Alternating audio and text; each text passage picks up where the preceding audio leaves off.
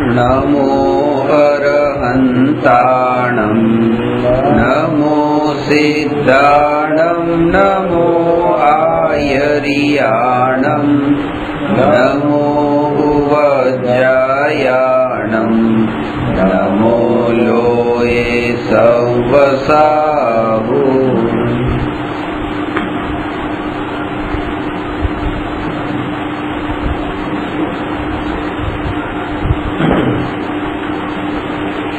प्रश्न नंबर 265 पर चर्चा चाले छे। छेल्ले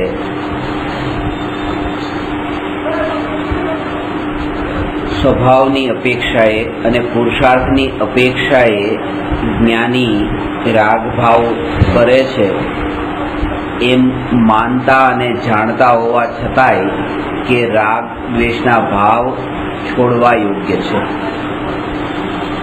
स्वभाव तो ये छे कि रागी जीव में राग होय तो राग उत्पन्न थाय ए स्वाभाविक छे। पुरुषार्थ ए छे कि आत्मानो चारित्र गुण निरंतर एक्टिव छे, ए निरंतर सक्रिय छे।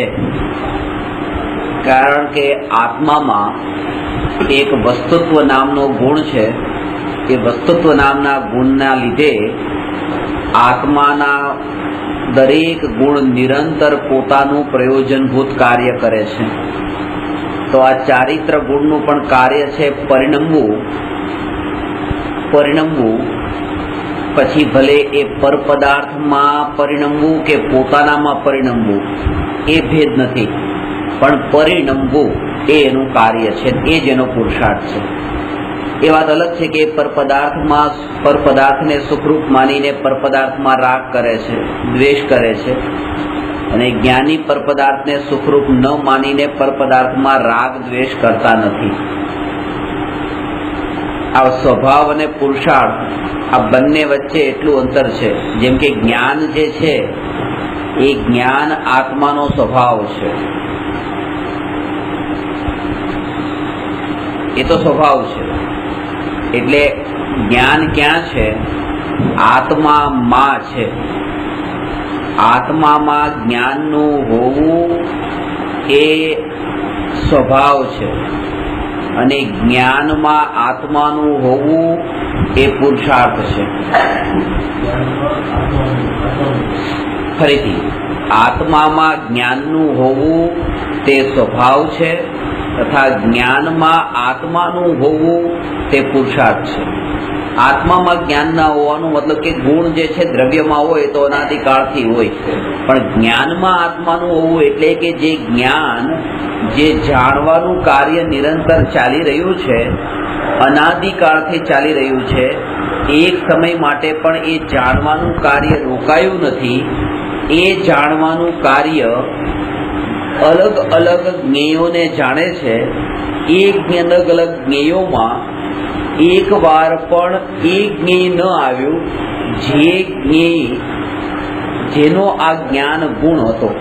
एटले के आ जे आत्मा छे आत्मानो आ ज्ञान गुण छे, आ ज्ञान गुणनी पर्यायमां आ द्रव्य न आव्युं।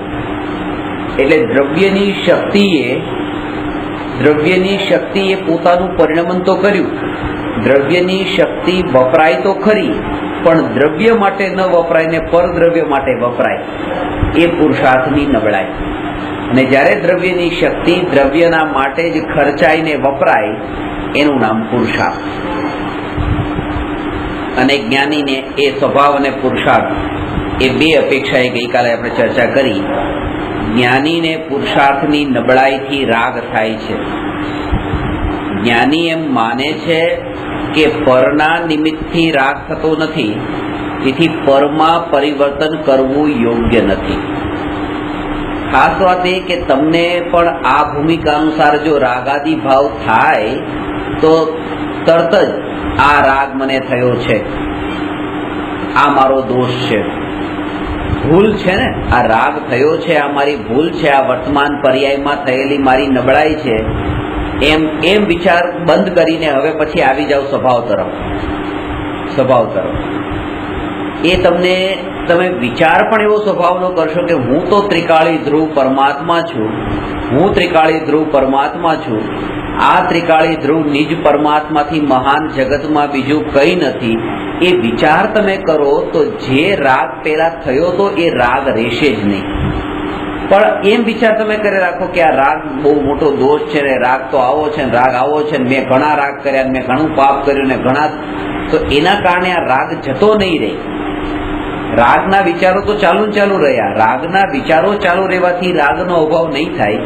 ન્યાયકનું ચિંતન ને તત્વ વિચાર કરવાથી આ રાગનો અભાવ થશે.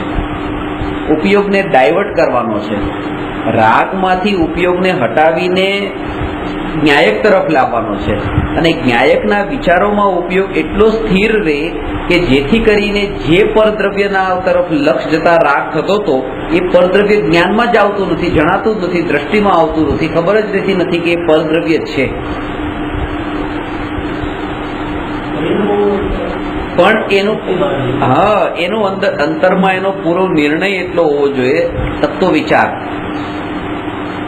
ત્રિકાળી ધ્રુવનો વિચાર, ત્રિકાળી ધ્રુવ પરમાત્માનો વિચાર, નિજ પરમાત્માનો વિચાર, શુદ્ધાત્માનો વિચાર, એ વિચારમાં જ એને એટલો રસ હોય કે આ રાગના વિચારમાં એને રસ ન હોય, પ્રવેશ જ ન થાય. કારણ કે વિચાર કરતા કરતા એક ન્યાયકના વિચારમાં જ તે એટલો જોડાયેલો હોય કે આ બધા વિકલ્પો હવે એને આવતા જ નથી.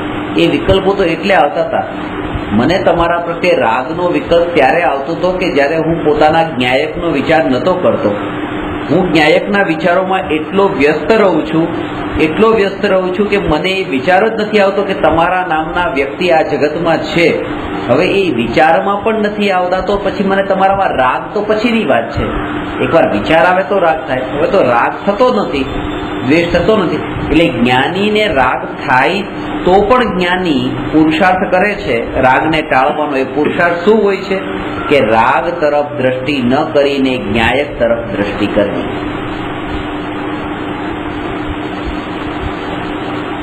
ન્યાયક તરફ દ્રષ્ટિ કરવી. અને ન્યાયક તરફ દ્રષ્ટિ કરતા એ વ્યવહારના કાર્યો, એ સંબંધો, એ બધું જ પછી પાતળું પડતું જાય. હા, એકની સાધના કરતા જેટલા પણ કષાયો બીજા અંદર પડેલા છે બધા જ કષાયોનો મળ એ છૂટી જાય છે. જો આત્માનું ધ્યાન કરતા, આત્માનું જ્ઞાન કરતા, આત્માનું શ્રદ્ધાન કરતા જીવને કર્મનો આશ્રવ બંધ કેમ છૂટી જાય, તો એનું એક જ કારણ છે કે આજ સુધી જે કર્મોના આશ્રવને બંધ થયા હતા એ એટલા માટે નહોતા થયા. આ વાત ખાસ સમજજો.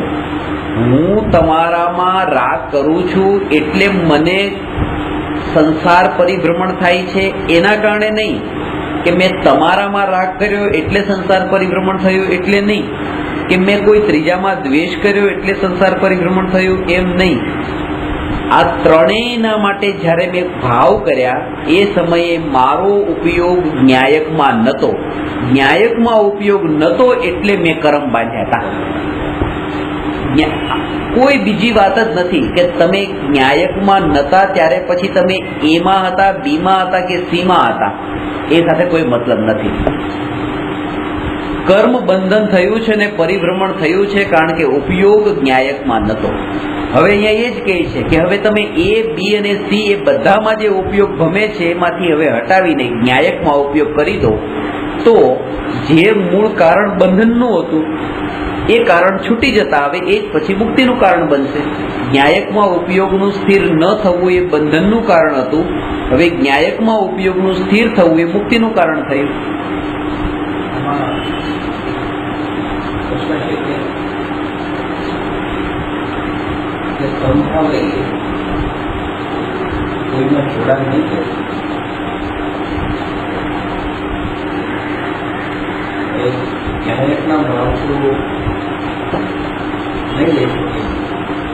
હવે જો કે મને અત્યારે તમારા પ્રત્યે રાગનો ભાવ આવી રહ્યો છે, બહુ રાગ આવે છે, તો એ રાગ આવે છે, મારે રાગ નથી કરવો, નથી કરવો, નથી કરવો, નથી કરવો, નથી કરવો, અને બસ થોડી વાર પછી એવી મેં ટ્રાય કરી કે નથી કરવો રાગ, અથવા ક્રોધ આવે છે અને પછી મેં તરત વિચારો કરીને ના મારે ક્રોધ નથી કરવો, મારે ક્રોધ નથી કરવો, જવા દો, નથી કરવો, એમ કરીને સમાધાન પાછો વળી ગયો, ક્રોધ જતો રહ્યો. આવો પ્રયાસ કર્યો, ન્યાયકનો વિચાર જ નથી કર્યો. આમ વિચાર કરીને મન મનાવીને પણ સમજાવીને પણ મેં એવી રીતે ક્રોધને પાથરો તો પાડી દીધો, સમાધાન કરી લીધું. તો કે આવું સમાધાન તમે એકવાર નથી કર્યું, અનંતવાર કર્યું છે. આ જે ક્રોધ છે તમે અંદર દબાવ્યો છે, એ જળ મૂળથી નથી ગયો. અને દબાવેલો ક્રોધ તો એવો અનંતવાર કર્યો છે, કારણ કે ન્યાયકના આશ્રય વિના મનને મનાવ્યું ઘણી વાર, મનને જીત્યું એક વાર પણ નહીં. ન્યાયકના આશ્રયથી મન પર વિજય મેળવાય છે, અને આ રીતે સમાધાન કરવાથી એને મનાવાય છે કે ના નથી કરવો. કોઈ તમે મારું ક્યાં બગાડો છો, તમે મારું ક્યાં સુધારો છો, તમે મારું કઈ બગાડતા નથી, તમે મારી આ વસ્તુ તોડી નાખી, તો તમે વિચાર જવા દો, મારો ક્રોધ નથી કરવો, આ મારા જ પાપના ઉદય એવા છે કે આ વસ્તુ થઈ ગઈ, જવા દો, આ દબાઈ દીધું. અથવા જવા દો, આ તો પૂતગલ છે, પૂતગલમાં શા માટે, પૂતગલના કારણે. જ્યાં સુધી ન્યાયક સાથેની સ્પર્શના નથી થતી ત્યાં સુધી એ ક્રોધ જડ મૂળથી ખોતરાતો નથી, બહાર નીકળતો નથી. એ ન્યાયકની સ્પર્શના વગર બીજું કંઈ નહીં થાય. અને આ રીતે કરવાથી કેટલી વાર કર્યું છે. હવે બીજી વાત ખાસ સમજજો કે કેટલી વાર આવું સમાધાન કર્યું છે એટલે હવે કરવાનું જ નથી એમ પણ નહીં. કરવાનું છે પણ આમાં અટકવાનું નથી, પાછું ન્યાયક તરફ આવવાનું છે, અટકવાનું તો નથી. જેમ કે વાત સમજજો કે આજ સુધી અનંતવાર મુનિપદ અંગીકાર કર્યો પણ તોય તે મોક્ષ ન મળ્યો. એટલે એનો અર્થ એવો નથી કે હવે મુનિપદ અંગીકાર કરવાનું નથી, કરવાનું તો છે, પણ કે એને એવું મહત્વ નથી આપવાનું, સમ્યક દર્શનને મહત્વ આપવાનું. મુનિપદ તો જયારે પણ મોક્ષ થશે ત્યારે અંગીકાર થશે જ તે. એવું નથી કે હવે અનંતવાર કર્યું તો હવે નથી કરવાનું.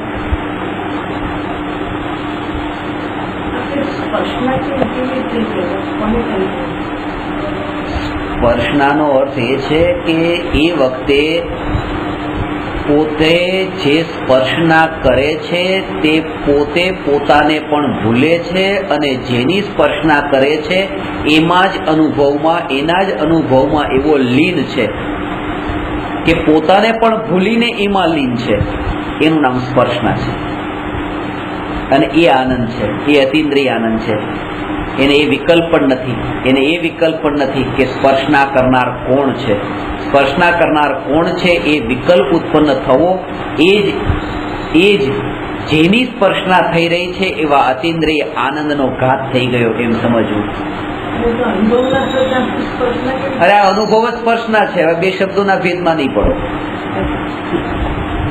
હું તમને જયારે કહું કોઈ ભેદોમાં નહીં પડો. હવે અનુભવ છૂટી ગયો, પછી થોડી વાર પછી અનુભૂતિ બોલું, થોડી વાર પછી સ્વસંવેદન બોલું, થોડી વાર પછી નિર્વિકલ્પ અનુભૂતિ બોલું, થોડી વાર પછી આત્મજ્ઞાન બોલું, પછી સમ્યક દર્શન બોલું, પછી આત્મપ્રાપ્તિ બોલું. શબ્દોની માયાજાળમાં નહીં અટકો. વાત સ્પર્શી ગયો, તમને સ્પર્શના થવી જોઈએ આ બોલું ત્યારે.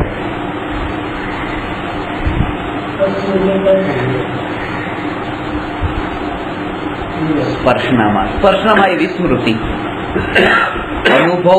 અનુભવ કરનારી કોણ છે આ હું તમને એ બતાવું છું. અનુભવ કરનારી પર્યાય છે. પર્યાય જ્યારે ત્રિકાળી ધ્રુવ આત્માનો અનુભવ કરે છે ત્યારે પર્યાય પણ એ વાતને ભૂલે છે કે હું પર્યાય છું કે હું કોણ. ત્યારે તો એકલું ત્રિકાળી ધ્રુવ, એને એ વિકલ્પ નથી. એ એટલો ખોવાયેલો છે, અને ખોવાયેલો છે એનો જ આનંદ એ લે છે. એના માટે પોતે ખોવાઈ જવું પડે તો ખોવાની તૈયારી હોવી જોઈએ, અને એની મહિમા હોવી જોઈએ. હવે આ છે કે સ્પર્શનિન્દ્રિયમાં છે કે પતિ પત્ની કે પ્રેમી પ્રેમિકાનો હાથ સ્પર્શ કર્યો છે. તો જ્યારે એ સ્પર્શે છે ને, માનો પતિએ પત્નીને સ્પર્શ્યું, તો સ્પર્શ કરતા જ્યારે એ પત્નીના સ્પર્શનો આનંદ લે છે ત્યારે આનંદ લેતી વખતે હું આ છું એનો વિચાર જ નથી આવતો. હું કોણ, આ શરીર કેવું છે, આ શરીર શું છે. ત્યારે તો એક બીજું જે શરીર છે એનો જ વિચારને એવી જ એવી સ્થિરતા હોય છે, પોતાને પણ ભૂલી ગયો છે.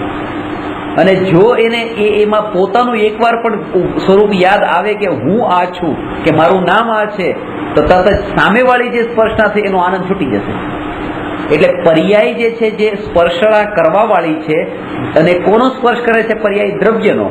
ત્યારે તો એકલો દ્રવ્યનો જેને વિચાર છે, પોતાને પણ ભૂલી ગઈ છે.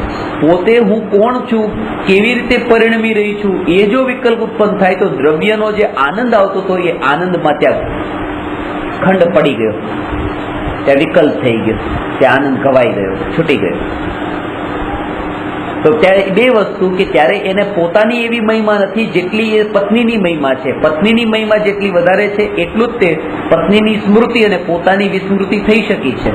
તો એવી રીતે કે પર્યાય ઉપરની દ્રષ્ટિ છૂટે ને પર્યાયની મહિમા છૂટે અને દ્રવ્યની મહિમા આવે. પર્યાય ક્ષણિક છે, દ્રવ્ય નિત્ય છે. પર્યાય અનિત્ય છે, દ્રવ્ય નિત્ય છે. એમ કરીને ભેદ કરતા કરતા પર્યાયની મહિમા છૂટી. ભલે એ વાત જાણતો હોવા છતાં પણ કે આ હું છું, હું જીવું છું તો આ પત્નીનો સ્પર્શ થાય છે, હું જ મરી જાઉં તો પત્નીનો સ્પર્શ કેવી રીતે થશે? જો પર્યાય છે તો દ્રવ્યનો અનુભવ થાય છે. એ જાણતો હોવા છતાં પણ પર્યાયની મહિમા નથી આવતી, દ્રવ્યની જ મહિમા આવે તો આનંદ આવે, નહીં તો ન આવે.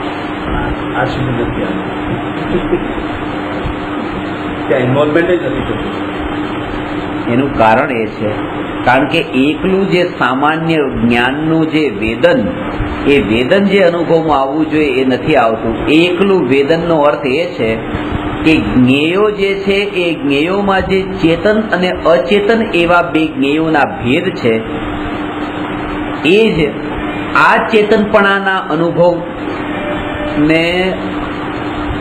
અનુભવ સુધી આપણને પહોંચવા નથી દેતા. આ ચેતન જ્ઞેય છે, આ ચેતન જ્ઞેય છે, આ ચેતન જ્ઞેય, આ ચેતન, આ ચેતન, આ જડ, આ જડ. હવે હું જાણું છું ત્યારે કોઈક તો ચેતન લાગે છે, કોઈક જડ લાગે છે. આ બેનને જ્ઞેય છે, આ પણ જ્ઞેય છે, આ ઓબ્જેક્ટ છે, આ પણ ઓબ્જેક્ટ છે. સબ્જેક્ટ તો અહીંયા છે. તો જ્ઞાનને કોઈ જ્ઞેય તો અચેતન અને કોઈ જ્ઞેય ચેતન લાગે છે. એ જ્ઞેયો ભેદરૂપ લાગે છે, જેના કારણે જે આ જ્ઞાન જે સ્વયં ચેતન છે એ ચેતનની અનુભૂતિ એને થતી નથી. ત્યારે એ બંને જ એક સરખી કેટેગરીના જ્ઞેય છે, પર છે, ત્યારે જ આ એક ચેતન છે. એટલે જ્ઞેયકૃત મલિનતા જ્ઞાનમાં પ્રવેશવી ન જોઈએ. જ્ઞેયકૃત મલિનતા જ્ઞાનમાં પ્રવેશવાનો અર્થ શું? કે સિદ્ધ ભગવાન છે એ શુદ્ધ છે. સમજો, બહુ સૂક્ષ્મ વાત બતાવું છું. સિદ્ધ ભગવાન શુદ્ધ છે, પૂર્ણ શુદ્ધ છે. રાગ અશુદ્ધ અવસ્થા છે. હવે એક જીવ એવો છે કે જેના જ્ઞાનની પર્યાયમાં સિદ્ધ ભગવાન જણાયા, એને સિદ્ધ ભગવાનને જાણ્યા. અને બીજા જીવની જ્ઞાનની પર્યાયમાં રાગ જણાયો. હવે જ્ઞેયકૃત મલિનતા કોને કેવી? કે જે પહેલો નંબરનો જે જીવ છે એમ જાણ્યું કે મેં સિદ્ધ ભગવાનને જાણ્યા, તો એને એ સિદ્ધ ભગવાનને જાણ્યા, આવું જે જાણવું એ જ્ઞેયકૃત મલિનતા થઈ. અને જે બીજો જીવ જે એમ જાણે એને રાગ જણાયો છે, પણ રાગ જણાયો ત્યારે પણ એમ જાણે કે મેં મારા જ્ઞાન સ્વભાવને જ અનુભવ્યો, એને જ્ઞેયકૃત મલિનતા ન આવી. એટલે જ્ઞેયકૃત મલિનતાનો મતલબ જ્ઞેય સાથે છે જ નહીં. જ્ઞાનમાં જે જણાય છે એ જણાતા જ્ઞેયને તમે જ્ઞેય રૂપે લો છો કે એક શુદ્ધ જ્ઞાનનો અનુભવ કરો છો? જો એકલા શુદ્ધ જ્ઞાનનો અનુભવ કરો છો તો જ્ઞેયકૃત મલિનતા જ્ઞાનમાં પ્રવેશી નથી. પછી ભલે કોઈ પણ રાગ નામનું પણ જ્ઞેય કેમ ન હોય, અને જો તમે જ્ઞાનમાં જ્ઞેય જણાયું છે એ રૂપે અનુભવો છો, પછી ભલે સિદ્ધ ભગવાન પણ કેમ ન જણાયા હોય તો પણ જ્ઞેયકૃત મલિનતા આવી. અનુભવ કોનો કર્યો, વેદન કોનું કર્યું? જ્ઞેયોનું વેદન કર્યું કે જ્ઞાનનું વેદન કર્યું? એટલે એકલા શુદ્ધ જ્ઞાનનું વેદન એ સમસ્ત કષાયોના અભાવનું મૂળ કારણ છે. એ જ એક ઉપાય છે. એકલું શુદ્ધ જ્ઞાનનું વેદન. શુદ્ધ જ્ઞાનનું વેદન, અને એ કલ્પના નથી કરતો કે મને તો રાગ જણાયો હોય અને તેમ છતાં પણ હા, રાગ જણાયો છે, પણ એ રાગમાં જ્ઞાન જણાયું છે. આ જે અનુભવ છે એ અનુભવ જ્ઞાનનો છે, એ રાગનો નથી. એક વાત પાકી છે કે જ્ઞાન ક્યારેય એકલું અનુભવમાં નહીં આવે. એ કોઈ જ્ઞેયને જાણશું એની જ્ઞેયોની સાથે જ અનુભવમાં આવશે. પણ જ્યારે જ્ઞેયોની સાથે અનુભવમાં આવે ત્યારે એ જાગૃતિ કે આ જ્ઞેયોનું અનુભવ નથી, આ જ્ઞાનનો જ અનુભવ છે. મીઠું એકલું કોઈ ખાતું નથી. 2-4 ચમચી મોઢામાં નાખીને કોઈ રોજ મીઠું નહીં ખાય. એ મીઠું શાકમાં નાખીને, કોઈ રસોઈમાં નાખીને, દાળમાં, રોટલીમાં નાખીને જ મીઠું ખાવામાં આવશે. મીઠું કોઈ પદાર્થ સાથે મેળવીને જ ખાવામાં આવે છે. પણ જ્યારે એ શાકમાં મીઠું નાખીને ખાધું ત્યારે એ જાગૃતિ છે કે આ ખારાપણું શાકનું નથી, આ મીઠાનું છે. એવી રીતે જ્ઞાન એકલું અનુભવમાં નહીં આવે, કોઈ જ્ઞેયને જાણતું અનુભવમાં આવશે. પણ ત્યારે એ જાગૃતિ કે આ જે અનુભવમાં આવી રહ્યું છે આ જ્ઞેયનો અનુભવ નથી, આ જ્ઞાનનો અનુભવ છે. એકલું નહીં, એકલું જાણપણા સિવાય બીજું કશું નથી. જો બીજું કઈ જણાયું છે એ તો તમારા રાગ અને દ્વેષના વિકલ્પોના કારણે જણાયું છે. એ જ્ઞાન સ્વભાવની મહિમા નથી આવી એટલે એ જણાયું છે, બાકી તો જ્ઞાન જ જણાયું છે.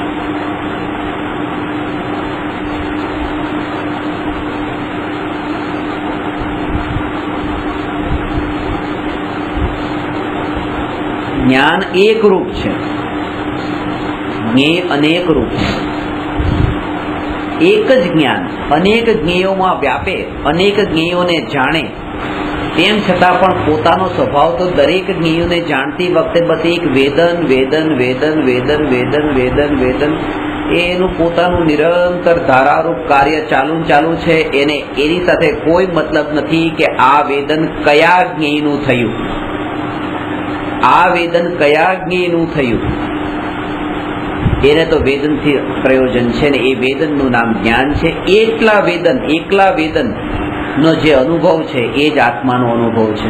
આત્મા એનાથી જુદો નથી.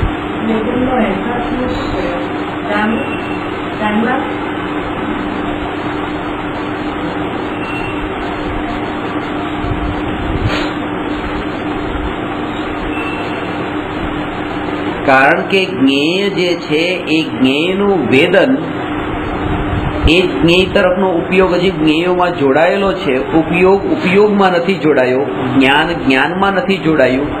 જ્ઞાન સાથે અભેદ નથી થયું. એ વાતને બતાવે છે. આ સ્થિતિ અલ્ટિમેટ લેવલની સ્થિતિ છે. અનુભવના પેલા નિકટ કાળે આવા પ્રકારના વિકલ્પો ચાલતા હોય.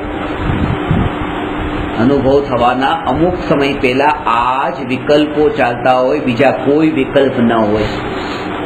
સંસારનો અંત સમ્યક દર્શન વિના નથી ને સમ્યક દર્શનની શરૂઆત આ વિકલ્પો વિના નથી.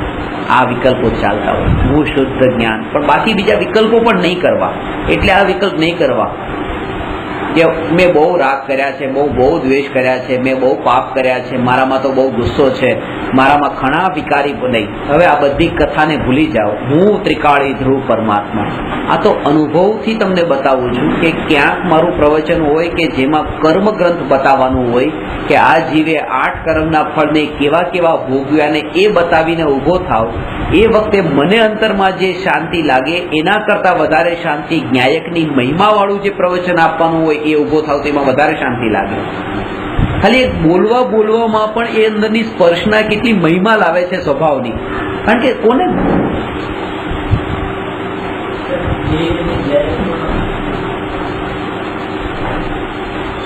એટલે કે ગ્રંથો છે ને એ ગ્રંથો પણ એવા જ છે. જે કર્મના ગ્રંથો છે ને એ કર્મના ગ્રંથો, જેમાં બધું આ જ બધું વર્ણન કર્યું છે, બંધાયો છે, ભટક્યો છે ને આફળ્યો છે ને, એ ગ્રંથોના નામ શું છે? ગોમટસાર જીવ કાંડ ને કર્મ કાંડ ને બધા કાંડ વાળા છે.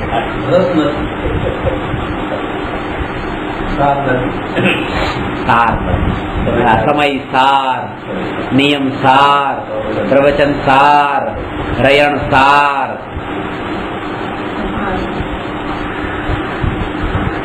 અને એનો મર્મ છે. સમય સાર જીન દેવ હે, જીન પ્રવચન જીન વાણી, નિયમ સાર નિર્ગ્રંથ ગુરુ, કરે કર્મ કી હાનિ. કર્મનો નાશ આ નથી થાય છે. સમય સાર ને દેવની ઉપમા આપી છે. સમય સાર જીન દેવ હે, જીન પ્રવચન જીન વાણી, પ્રવચન સાર ને શાસ્ત્રની ઉપમા આપી છે. નિયમ સાર નિર્ગ્રંથ ગુરુ, સમય સાર તે શ્રદ્ધાનો વિષય છે, પ્રવચન સાર જ્ઞાનનો વિષય છે, અને નિયમ સાર ચારિત્રનો વિષય છે. શ્રદ્ધા, જ્ઞાન ને ચારિત્ર. કર્મકાંડ વગેરે છે ને એમાં વધારે ટાઈમ રહી નહીં શકે. સારમાં તમે માની લો સાર તમે રહી શકશો.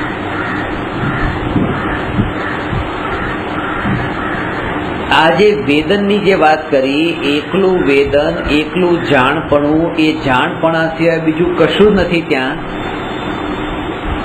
મેં બસ પોતાને જાણ્યો, મેં પોતાને જાણ્યું, મેં પોતાને જાણ્યું, આ વિકલ્પ છે, આ અનુભવ નથી. આ મારું જ્ઞાન જ જણાઈ રહ્યું છે, આ મારું જ્ઞાન જ જણાઈ રહ્યું છે, એ વિકલ્પ છે. બરાબર છે. પણ આ છોકરા મારા છે ને, આ પત્ની મારી છે ને, આ ઘર મારું છે ને, આ પૈસા મારા છે, એ વિકલ્પ હતા. અને પછી પાછા આના જ વિકલ્પ રહ્યા. કયા વિકલ્પ રહ્યા? કે હું આત્મા છું. પેલા એમ કે હું બસ પૈસા વાળો છું, હું રૂપ વાળો છું, હું પત્ની વાળો છું, હું છોકરા વાળો છું, હું ઘર વાળો છું, આવું બધું માનતા હતા. અને હવે નહીં, આ બધા વિકલ્પોમાં નથી પડવું. તો તમે બતાવો શું કરું? હવે એમ માનો હું જ્ઞાન વાળો છું, હું દર્શન વાળો છું, હું સુખ વાળો છું, હું શ્રદ્ધા વાળો છું, ચારિત્ર વાળો છું, તપ વાળો છું, વીર્ય વાળો છું, આવા અનંત ગુણો વાળો છું. તો વિકલ્પ જ રહ્યા. વિકલ્પ ટળ્યા ક્યાં? પણ વાંધો નહીં, ગભરાવું નહીં. અત્યારની ભૂમિકામાં આ વિકલ્પ, એક કાંટો તમને અંદર પગમાં વાગેલો છે. કયો કાંટો? આ છોકરા વાળો, બૈરી વાળો, આ બધો પૈસા વાળો, ગાડી વાળો. હવે એ કાંટાને કાઢવા માટે એક બીજો કાંટો અંદર નાખવો પડશે. પછી શું થશે કે બે કાંટા નીકળશે એક સાથે. કાંટાને કાંટાથી કાઢવાનો છે. તો જે વિકલ્પો, અશુભ વિકલ્પો પડ્યા છે, એ વિકલ્પોને આ હું ત્રિકાળી ધ્રુવ શુદ્ધાત્મા, હું જ્ઞાયક છું, જ્ઞાયક છું, જ્ઞાયક છું, એ વિકલ્પ છે. પણ એ વિકલ્પથી જૂના વિકલ્પો નીકળશે. એ એવું નહીં થાય કે અંદરનો કાંટો નીકળી જાય પહેલા નંબરનો, અને જે બીજા નંબરનો કાંટો જે નાખ્યો તો એ અંદર રહી જાય, એવું બનતું નથી ક્યારેય. કાંટો કાઢે ત્યારે બંને કાંટા એક સાથે નીકળશે. આ બંને વિકલ્પ છૂટશે. અને ખાસ વાત તો એ કે જ્યારે પહેલો કાંટો વાગ્યો હોય ને બીજો કાંટા વડે એ પહેલા કાંટાને કાઢીને પછી એ કાંટો જ્યારે આમ નીકળ્યો, ત્યારે એ કાંટો કેટલો નીકળ્યો, એ કાંટો, બે કાંટા કેટલા નીકળ્યા, એ નીકળ્યા એના તરફ ત્યાં ધ્યાન નથી. ધ્યાન અંદરમાં જે શાંતિનો અનુભવ થાય છે એના ઉપર જ હોય છે. હાય, તો એ વખતે એક વિકલ્પ જૂનો ગયો, નવો વિકલ્પ પણ ગયો, ઘરવાળો વિકલ્પ પણ ગયો, જ્ઞાનાદિ ગુણવાળો વિકલ્પ ગયો. ત્યાં દ્રષ્ટિ એ વિકલ્પ તરફ નથી, જ્ઞાયક ઉપર દ્રષ્ટિ છે, અને એના આનંદ ઉપર જ દ્રષ્ટિ છે. આ બધું તો સહજ છૂટતું જાય છે. ધ્યાન ત્યાં નથી જતું.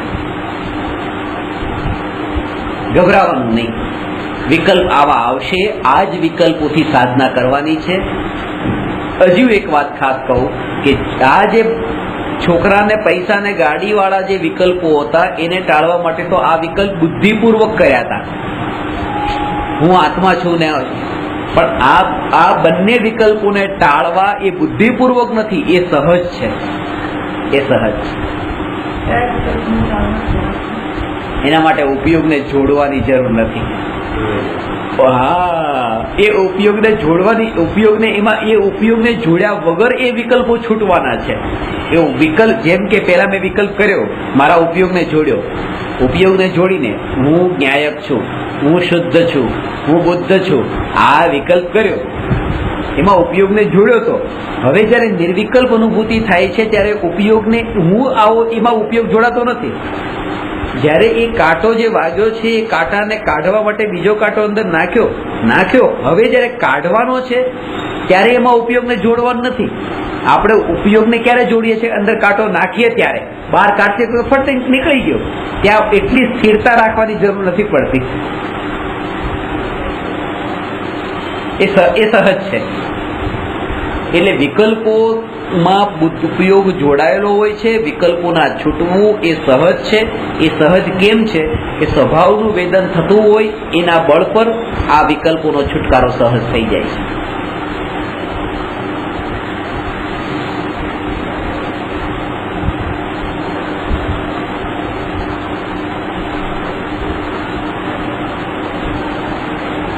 તો શરૂઆત ક્યાંથી થવી જોઈએ? શરૂઆત ત્યાંથી જ થવી જોઈએ કે કાંટો અંદર નાખે કાઢવા માટે, પેલાના કાંટાને કાઢવા માટે. અને એ પણ બીજા નંબરનું સ્ટેપ છે. પહેલું સ્ટેપ તો એ કે પહેલા અંદર વાગેલો કાંટો ખટકવો જોઈએ. નહીં તો નાખે શું કામ બીજો કાંટો? એ ખટકે કાઢવો પડે. જરૂર શું છે કાઢવા? વાત સમજાણ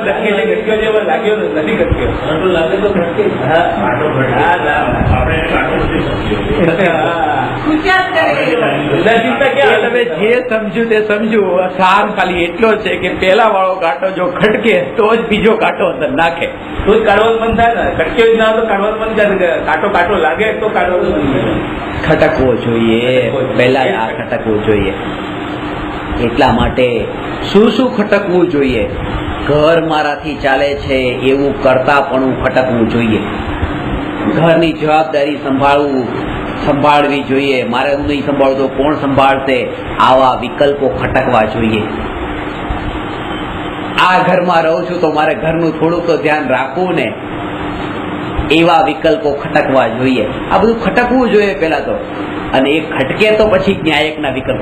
આ બધા પેલા વાળો કાંટો ખટક્યો નથી, કોઈએ કીધું કે આમાં કાંટો છે, અંદર ખૂતારો ચાલુ કરી દીધું.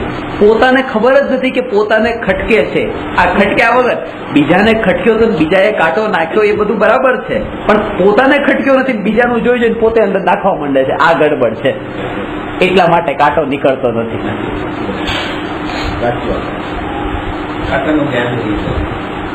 એ કાંટો નીકળી પણ ન શકે, કારણ કે એ દુઃખરૂપ લાગે. બીજો કાંટો ઘુસેડવો હોય દુઃખરૂપ લાગે. જેને પહેલામાં ખટક લાગી હોય એને બીજો કાંટો ઘુસેડવો દુઃખરૂપ નહીં લાગે, કારણ કે ખબર છે કે એના બળ પર નીકળવાનો છે પેલો. એટલે અત્યારે હું આત્મા એ જે વિચાર કરવાનું આવે છે ને તો પછી એમ લાગે, કંટાળો આવવા લાગે છે કે આ બધું આત્મા નહીં. એ દુઃખરૂપ લાગે છે, કારણ કે પેલી ખટક નથી લાગી ને. એ ખટક લાગી હોત તો આ દુઃખરૂપ ન લાગે.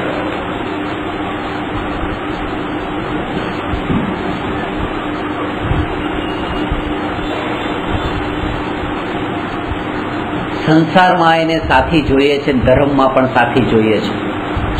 જો તમે ઘરે બેસીને એકલા 2 કલાક સ્વાધ્યાય કરો, વાંચજો ઉપયોગને સ્થિર કરીને. ગ્રુપમાં હોય તો થોડું એટલા માટે કીધું કે સ્વાધ્યાય સમૂહમાં કરવું ને ધ્યાન એકાંતમાં કરવું. અત્યારે ઊંધું થઈ ગયું. બધા બેસીને ઘરમાં બેસીને સ્વાધ્યાય એકલા રૂમમાં કરતા હોય, ધ્યાન કરવા માટે ગ્રુપમાં આશ્રમમાં જતા હોય. ગુરુજી ધ્યાન કરાવે, નાકની દાંડી ઉપર જોવડાવે.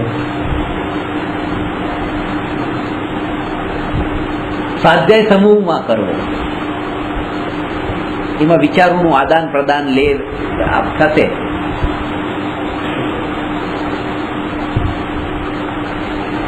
એટલે અત્યારે આ ભૂમિકામાં એક જ વાત છે કે તમે દુકાન પર બેઠા હો તો આખો દિવસ દુકાન પર દુકાનના વિચાર રહે છે કે હા રહે છે, મોટા ભાગે તો રહે છે.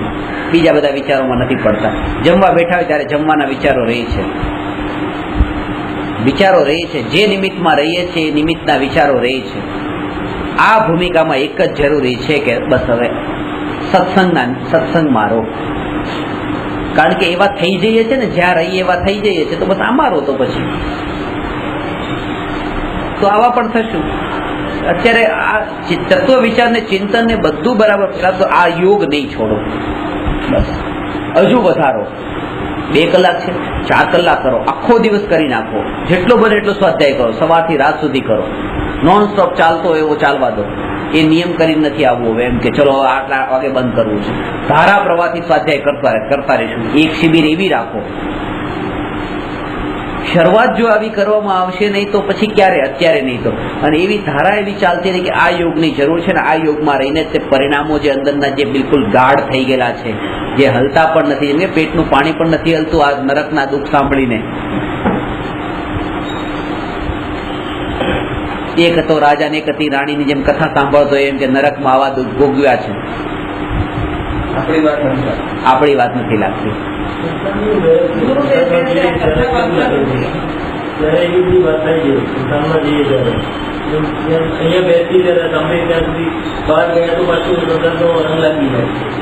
નરકનું દુઃખ વર્ણન સાંભળે પણ એવી શ્રદ્ધા નથી બેસતી.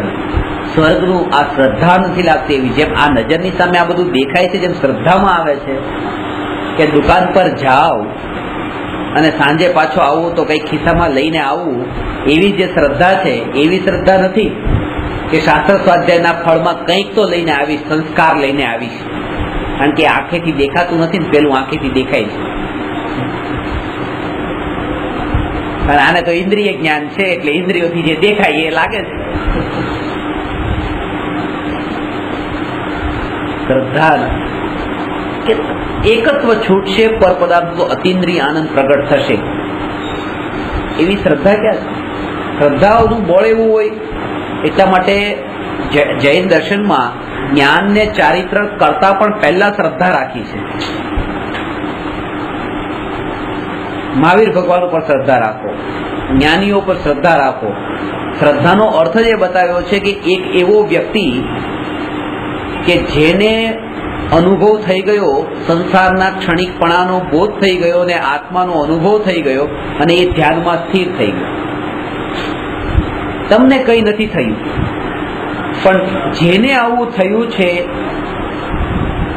એ જ એણે જે માર્ગ અપનાવ્યો છે એ માર્ગ સાચો છે. તમને કંઈ હજી થયું જ નથી, એ માર્ગ સાચો છે અને તમે પણ એની બાજુમાં ઉભા રહી ગયા. બસ આનું નામ શ્રદ્ધા. શ્રદ્ધા આ જ હોય છે. આગળનું કંઈ દેખાયું જ નથી મને, પણ જેને દેખાયું છે બસ એના પર ભરોસો મૂકીને આ સાધના શરૂ કરી.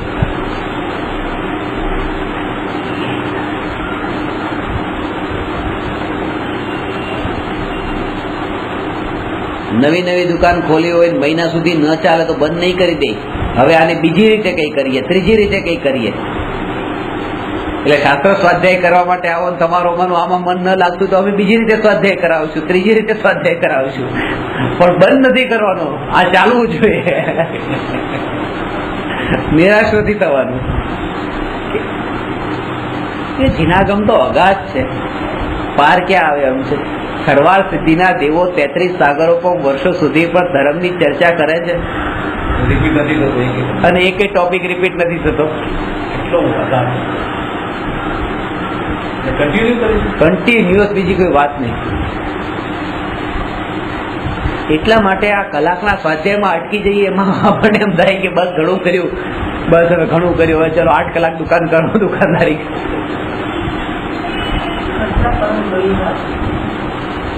કન્ટિન્યુઅસ 33 સાગરો.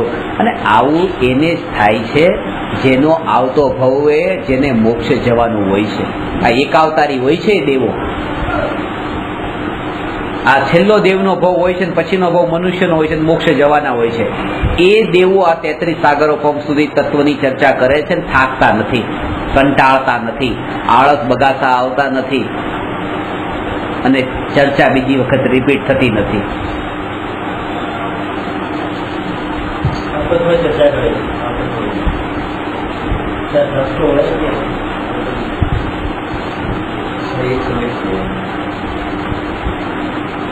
શાસ્ત્રનું અવધિ જ્ઞાન, અવધિ જ્ઞાની. 3 જ્ઞાન તો દેવોને હોય જ, બધા દેવોને, બધા નારકીને, મતિ શ્રુતને અવધિ. સમ્યક દ્રષ્ટિ હોય તો, મિથ્યા દ્રષ્ટિ હોય તો કુમતિ, કુશ્રુત, કુઅવધિ. બાકી 3 હોય, ખાલી એમાં આ ક્વોલિટી ડિફરન્સ હોય, સમ્યક અથવા મિથ્યા. બાકી હોય 3.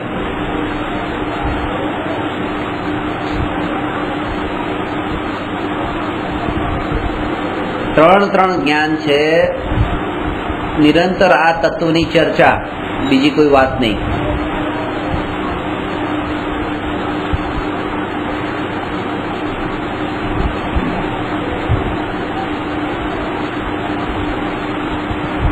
જેમ આપણે આમ આપ્યું ને તમે કે ત્યાં શાસ્ત્ર હોય ત્યાં જ્ઞાન કેવી રીતે થાય, કે આપણે જે બીજાનો પણ વિચાર કરીએ છીએ પોતાની દ્રષ્ટિએ જ પેલા કરીએ છીએ.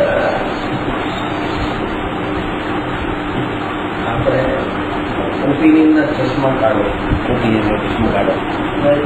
એક મારા ફ્રેન્ડને મેં કીધું હતું, મેં કહ્યું મોક્ષમાં અહીંયા તમે સુખી છો એના કરતા મોક્ષમાં અનંત ગણું સુખ છે. કે હે પત્ની બાજુ બેઠી હતી તો કે મોક્ષમાં અનંત પત્ની હશે, અહીંયા એક છે ત્યાં અનંત હશે, અહીંયા એક ગાડી છે ત્યાં અનંત ગાડી હશે.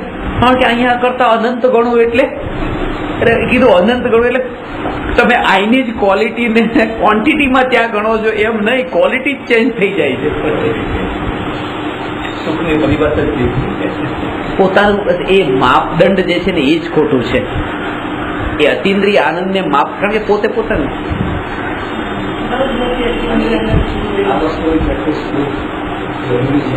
એક વાસણમાં પાણી ભરેલું છે અને તરત જ ફૂટપટ્ટી લઈને ગયા અને માપવા માંડ્યા પાણી કેટલું છે. આ માપદંડ ખોટું છે.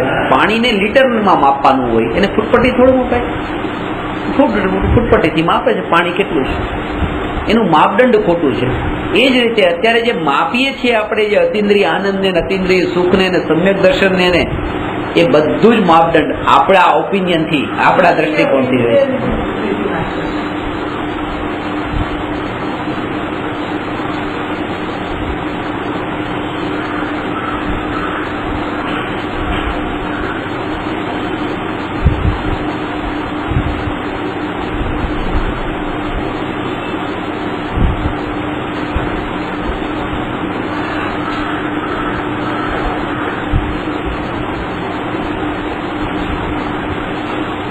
કશાય રાગાદી ભાવ આપણા હાથમાં નથી, ઉદયંકાર છે.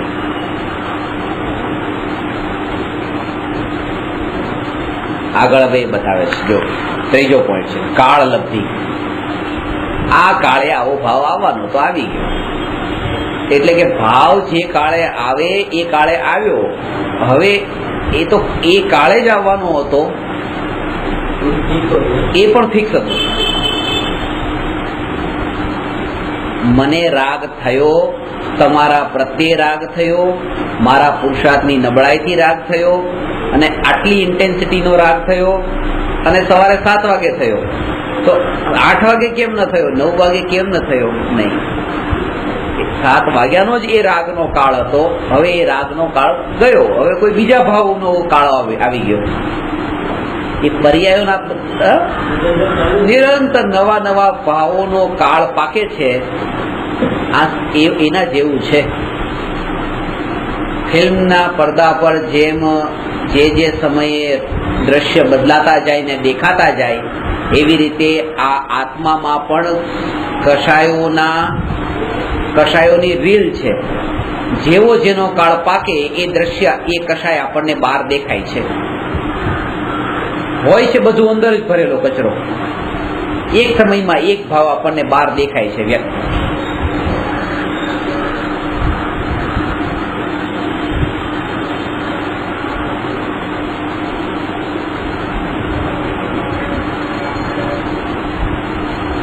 અને એ ભાવથી આપણે જોઈએ છે પોતાને ને બીજા. તમે બહુ સારા, તમે બહુ સારા. તો મેં તમારા વર્તમાન ભાવ જોયા, પણ આ વર્તમાન ભાવ કેટલા ટાઈમ માટે રહેવાનો? એક ક્ષણ માટે. પછી આગળ એટલા માટે ક્ષણિકને લઈને એ આત્માના ઉપર સ્ટેમ્પ નહીં મારી દેવો કે આ આત્મા આવો.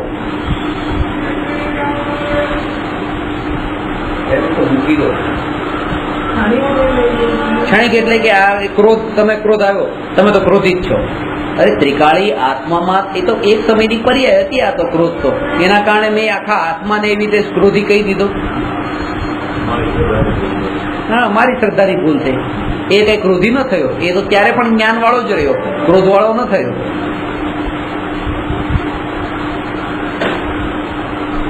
હા, જ્ઞાનીને રાગ એક સમય પૂરતો થાય છે. તત્સમયની યોગ્યતા અનુસાર રાગ થાય છે. અનંતાનુબંધી કષાય સંબંધી રાગનો અભાવ થયો હોવાથી જ્ઞાનીને રાગ ભાવ લાંબો કાળ ટળતો નથી, ટકતો નથી.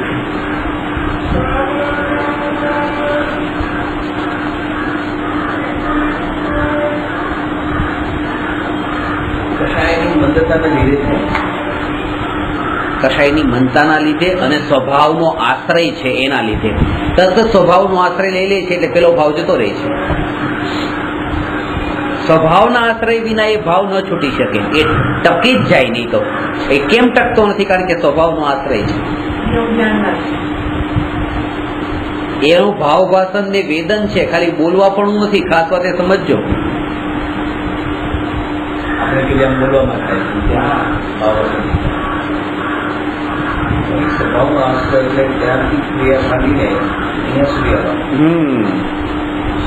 એનો ભાવ ભાષવો જોઈએ.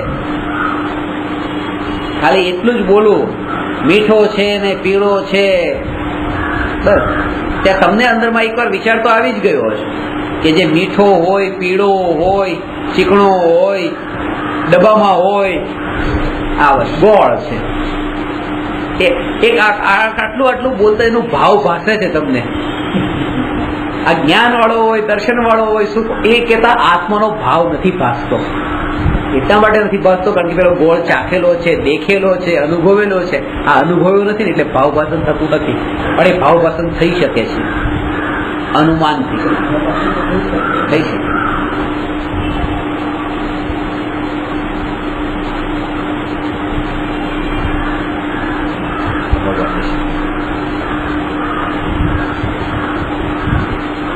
ચાબુક લઈને છે ને આ બધાને પરનો મોહ છોડો, મારીને છે ને પરનો મોહ છોડાયો હોય ને તો પણ ઓછું છે, છૂટે એમ નથી આને મોહ. ગુરુ એવા ચાપકા મહારાજ છે ને શરીરની ક્રિયાથી પણ વચનથી તો કેટલી વાર કહે છે, તું મરી જા, તું કેમ આવું કરે છો, કેમ આને મારા માને છો, આ તારા નથી, પાછો વળી જા.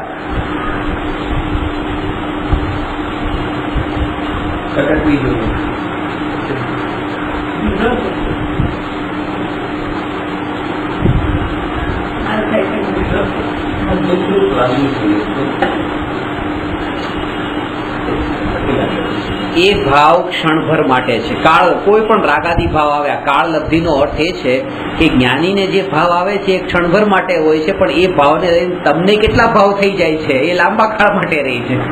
એટલે ઘણી વખત એવું થાય કે જ્ઞાનીના તો એ ભાવ ટળી ગયા છે કે ભરત ચક્રવર્તી યુદ્ધ લડ્યા. અરે યુદ્ધ લડવાનું બંધ કરીને ત્યારે તો સિદ્ધશિલા પર બિરાજમાન પણ થઈ ગયા. એ જ વિચારોમાં અટકી ગયા. આ પર્યાય છે, આ ક્ષણિક છે, આ ભાવો છે. આ તો ક્યારે બદલાય? સંસારના ભાવો છે. સંસાર ભૂમિકામાં, સંસારની દશામાં આવા ભાવો હોય. અમિતાભ બચ્ચન શૂટિંગ ક્યાં કરી આપણે લોકો ફિલ્મ જોઈ રહ્યા છે. એ બધું એટલું જાણે. હવે મૂવી જોવે છે, મૂવીમાં કોઈ સીન એવો આવ્યો કે કોઈ બળાત્કાર કરી રહ્યું છે, તરત જ ત્યાંથી પથ્થર ગોતો, કાંઈ ગોતું, આમ પડદા ઉપર મારવા માટે ફાડી નાખો, તોડી નાખો પડદો.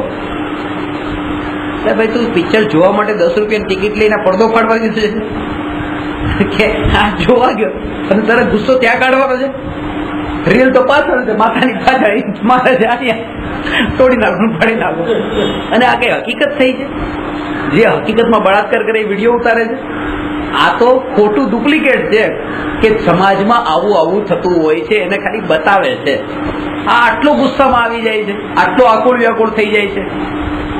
એટલું જાણે કે જગતમાં આવું થતું હોય છે, આ ફિલ્મમાં આવું બતાવ્યું છે, હકીકત નથી. તો એ પાછો વળી જાય. એ ક્ષણિકને લઈને પોતે ભાવો કેટલા નિત્ય થઈ જાય છે એ બતાવે. એક વ્યક્તિને લાકડાનું કામ, લાકડા વેચવાનું, સુખડના લાકડા વેચવાનું. તો રોજ થોડા લાકડા વેચાતા. હવે કોઈ મરે ત્યારે એના અગ્નિ સંસ્કાર કરે ત્યારે લાકડા ખડકાય. બધા લાકડા તો સુખડના ન હોય, પણ એકાદ નાના લાકડા કોઈ એવા સુખડના નાખે તો એની દુકાન ચાલતી. પણ એકવાર કોઈ એના મિત્રએ એને કહી દીધું કે આપણા જે રાજા છે એ રાજા જો મરે તો રાજાની પૂરી ચિતા સુખડના લાકડાથી સળગે. ત્યારથી એના વિચારમાં આ વાત આવી ગઈ, ત્યારથી એ વિચાર કરવા માંડ્યો, રાજા ક્યારે મરે, રાજા ક્યારે મરે, રાજા ક્યારે મરે.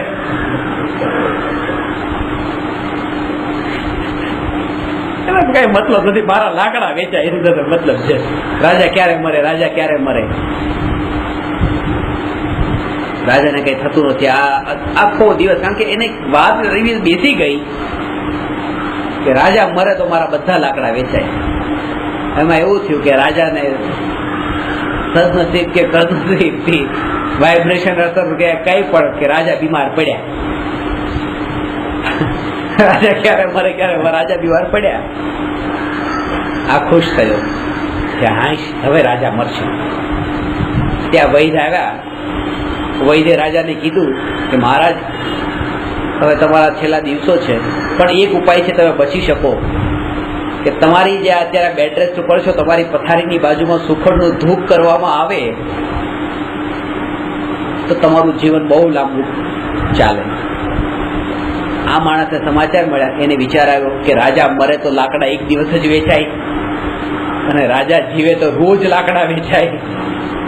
ત્યારથી વિચાર ચાલુ થઈ ગયો, રાજા જીવે, રાજા જીવે, રાજા જીવે.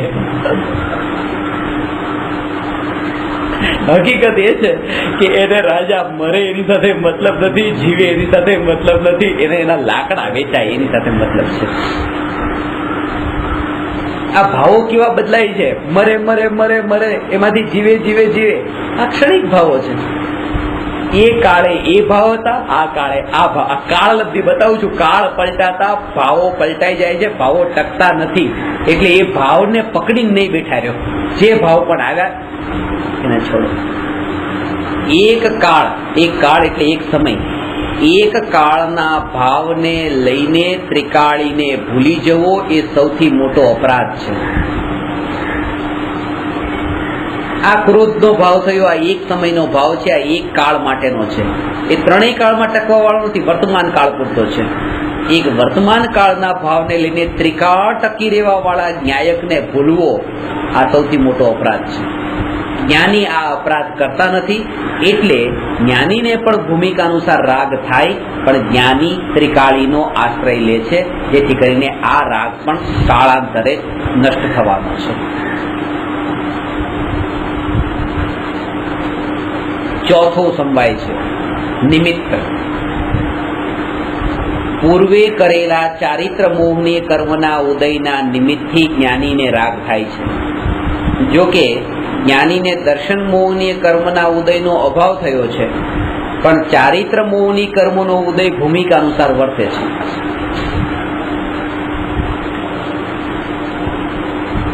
જ્ઞાની એટલું જાણે છે આ કર્મનો ઉદય આવ્યો છે, બસ. આ ભાવો એક સરખા કેમ નથી રહેતા? કારણ કે એની પાછળ એવા કર્મનો ઉદય પણ એવો નિમિત્ત તરીકે હોવો જોઈએ ને. એના પાછળના બધા સર્કમસ્ટેન્સીસ કારણભૂત હોય છે. આપણા ભાવો એક સરખા નથી રહેતા. મેં તમને કીધું, એક ભાઈ મને કીધું કે લો આ 2 લાખ રૂપિયા હું તમને આપું છું, મારા તરફ રાખો. મેં લીધા પછી મારી સાથે આવ્યા ટેક્સીમાં. ટેક્સી વાળાના 18 રૂપિયા થયા. પેલા ટેક્સી વાળો કે શેઠ 2 રૂપિયા છૂટા નથી, તું ગમે નથી 2 રૂપિયા છૂટા લઈને આવી. 10 મિનિટ સુધી ટેક્સી ખાલી નહીં કરી. હમણાં 15 મિનિટ પહેલા 2 લાખ રૂપિયા આપવાનો વિકલ્પ, અને અત્યારે 2 રૂપિયા ન આપવાનો વિકલ્પ કે નહીં આપું. કહેવાનો અર્થ છે કે એ સમયે એવો ઉદય હતો કે આ વિકલ્પ આવી ગયો કે 2 લાખ આપવા છે, અને અત્યારે એવો ઉદય છે કે 2 રૂપિયા નથી આપવા. એ સમયે મારો એવો પુણ્યનો ઉદય હતો કે મને 2 લાખ મળ્યા, અત્યારે એનો ટેક્સી વાળાનો પુણ્યનો ઉદય એવો નથી કે 2 રૂપિયા મળે. આ બધા ફેક્ટર એમાં કામ કરતા હોય છે. આ વિકલ્પોની ધારા પ્રવાહથી વિકલ્પો જે ચાલે છે એની પાછળ. અને જ્ઞાનીનું કાર્ય શું? એને આવ્યો છે એને જાણવો.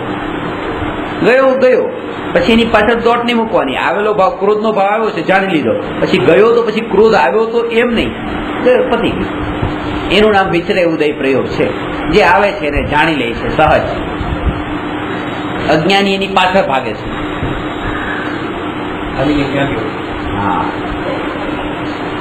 આવ્યો એ વાગોળવામાં જ છે. ટ્રેન જતી હતી, ટ્રેનમાં મુસાફરો ઘણા બધા હતા. થોડી વારમાં એવું થયું કે ટ્રેન પાટા પરથી નીચે ઉતરી ગઈ અને ખેતરમાં ઘૂસી ગઈ. એટલે પેસેન્જરો બધા હલી ગયા. થોડી વાર પછી પાછી ટ્રેન પાટા પર આવી. એટલે બધા કે શું થયું, આવી રીતે હલાવી દીધા.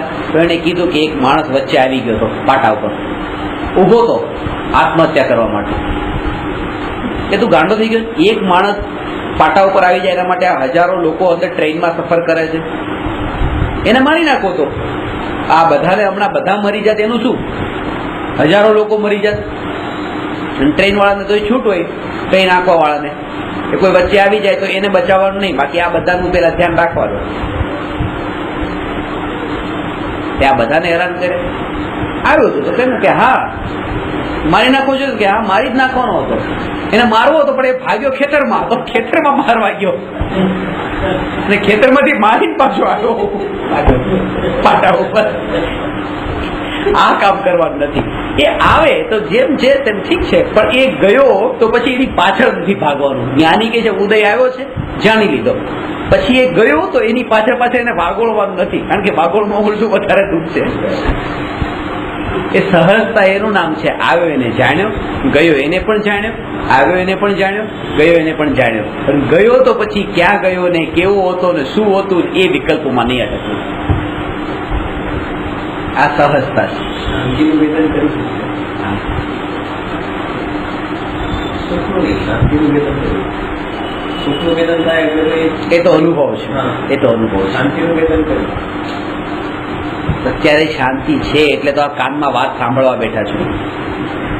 અશાંતિનું વેદન કરતા હોત તો આ વાત જ ન સંભળાતા. એટલે વિશુદ્ધિ લબ્ધિ પ્રગટે ને બી સેકન્ડ નંબરમાં, ત્યાં જ શાંતિ તો હોય. એને અહીંયા બેઠા બીજા છે ભટકતા હોય માલા તો જી ખરે કે એવા કે દેજવાડે જાય વેપારી કે માલા કરતો હોય તો વિચારો તો જતો હોય. બરાબર. શાંતિનું વેદન એટલે આપણે વિકલ્પ નીકળી ગયો પછી શાંતિ મળે. એમાં એની એક ભાસ હોય કે આ વિકલ્પનું દુઃખ હતું, હવે શાંતિ ફરીથી ગયેલો વિકલ્પમાં પાછળ જ રહ્યો. હા, એ વિકલ્પમાં જ રહ્યો. વિકલ્પમાં જ રહ્યો. શાંતિનું વેદન થાય છે, પણ એક વસ્તુ ખ્યાલમાં જરૂર છે કે આ વિકલ્પનું દુઃખ હતું, પણ હમણાં શાંતિ વિકલ્પનું દુઃખ હતું. વાગોળ્યું ને આગી જવાય છે. વાગોળ્યું ને સંતોષ ન થવો જોઈએ. અસંતોષ.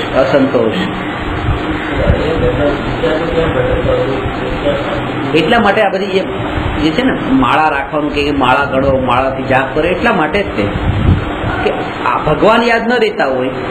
અત્યારે મારે ભગવાનનું નામ લેવું છે, ભગવાન યાદ રહેતા નથી, તો માળા હાથમાં છે તો માળા ઉપર ધ્યાન જશે તો પછી એના નિમિત્તે પહેલા ભગવાન યાદ આવી જશે. માળા એટલે જેમ માનો કોઈ વ્યક્તિ બજારમાં જાય છે, હવે શાકભાજી લેવા ગયો છે,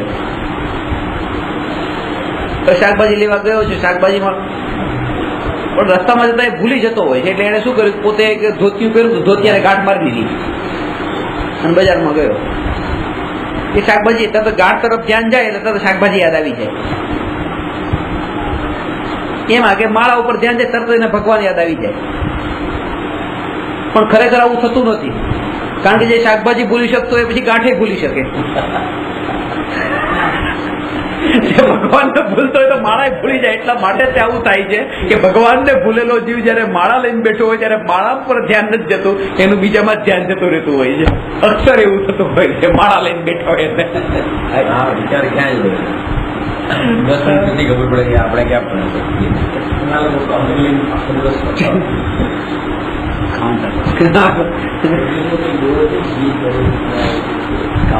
કાઉન્ટર લઈને તો એક ભાઈ મારી સાથે ટ્રેનમાં અથડાયા હતા. કાઉન્ટર હાથમાં હતું અને અથડાયા, ધક્કો લાગ્યો ભૂલથી, हाथ चालू, किधर धक्का देता है तुमको मालूम नहीं, इधर धक्का दे दिया तुमने, चालो चालो. કેવી રીતે આ ઘુસાવી દીધું કાઉન્ટર આ દિમાગમાં લોકોને આમ ખાતા મોડર્ન સાધના એ કક્ષામાં અને જે સમજી નથી કરતા ને તકલીફ ત્યાં કરે છે બરાબર છે સમજાતું જ નથી કે હું શાના માટે છું. તમે આ સ્થિતિએ પહોંચી ગયા ને એટલે તમને પાછળની સ્થિતિ છે ને એવી લાગે બરાબર. એટલે જ કરુણા આવે છે હરિહર ભગવાને આપણા પર કરુણા કેવી રીતે આવે આવી રીતે આવે. હા એટલે માળા ને બધું જે છે માળા કીધું બરાબર છે. જાપ તો કેટલા જાપ આપણામાં છે. જાપ કરો જાપ નથી એમ નહીં, મંત્ર નથી, કેટલા મંત્રો છે. પણ હવે આ મંત્ર કરો તો તમને આ થાય ને આ મંત્ર કરો તો આ થાય, પછી એ ઊંધો ચડાવી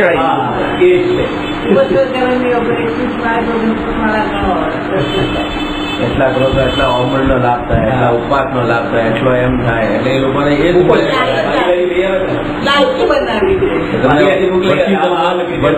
લાભ થાય. તમને આમ કરો તો તમને ઉદ્યાન નો લાભ થાય.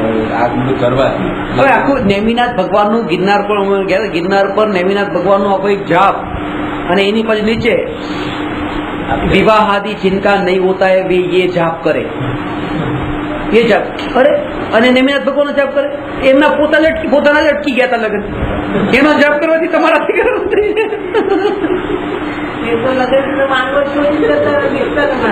તમારા દીકરાને એ હાલ કરવા છે.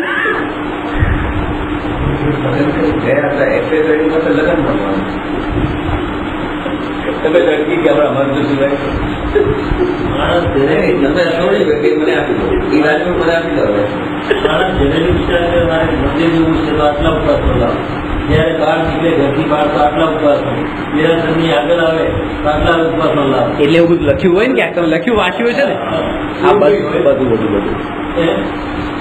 પાણીથી હોળી નહીં રમવા માટે 100 ઉપવાસનું ફળ ને રંગથી હોળી નહીં રમવાનું 1000 ઉપવાસનું ફળ ને આવું બધું લખેલું હોય છે.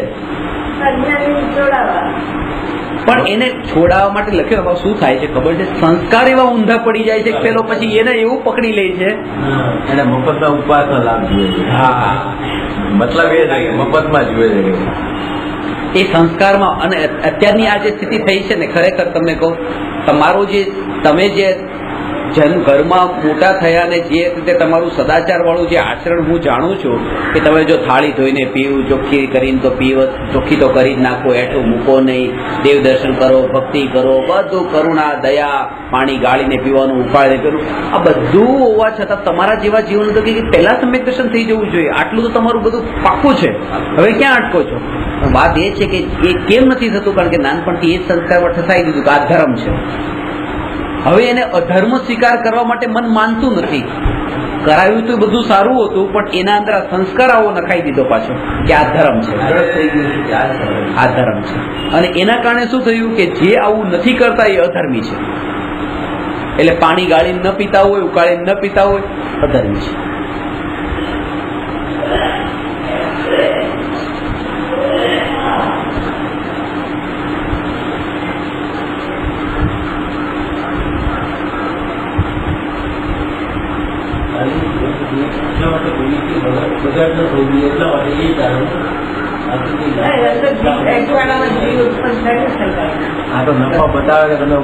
તમારે ત્યાં ગ્રુપનું જે છે ને દેરાવાસી બધાનું એનું આખું ગ્રુપ હતું. અમદાવાદ અમે અહીંથી ગયા હતા એવી રીતે એક દિવસ માટે.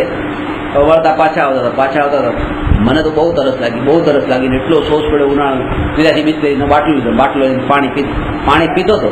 પાણી ટ્રેનના ડબ્બામાં આવી ગયો, ડબ્બા મારી સીટ પર બેસીને પાણી પીધો હતો. તો બે ભાઈઓ બિચારો એ આગળની સીટમાં ગયા. એને બીજાને કીધું, બીજા ત્યાં જોવા માટે આવ્યા. માટા બધા મારવા માંડ્યા. બધા થોડી વારમાં આ માટા મારે, જોવે આમ જોવે. એ તો મારું પીવાનું પતી ગયું હતું. પણ આખા ડબ્બામાં લગભગ 3 કલાક સુધી, 8 વાગે 8:30 વાગે ટ્રેન ઉપડી, 11:30 સુધી કે તો જ્ઞાનનું મહત્વ જ શું. આટલું જ્ઞાન હોય તો પણ જો પાણી ડિસ્લેરીનું પીવે, એટલું વાગોળ્યું. હું તો ઊંઘી ગયો તો 9:30 વાગે. મને બીજા ભાઈ કીધું રાત તો 11:30 સુધી તમારી વાત ચાલી ગઈ. અરે હું જ પ્રવચન કરવા સાથે ગયો હતો, સાથે જ હતો. પણ એમ કે જેને ભાવ થયા એના 5 મિનિટમાં પતી ગયા, પણ ભાગોળવાના ભાવ જે છે 3 કલાક સુધી રહ્યા એમ. કીધું પછી મેં કીધું માફ કરજો, તમારા જેવું ચારિત્ર આપણું નથી, પણ પછી એ પણ બતાવ્યું. ચારિત્ર ની વાત કરી તો પછી શ્રદ્ધાની પણ બતાવી દીધી.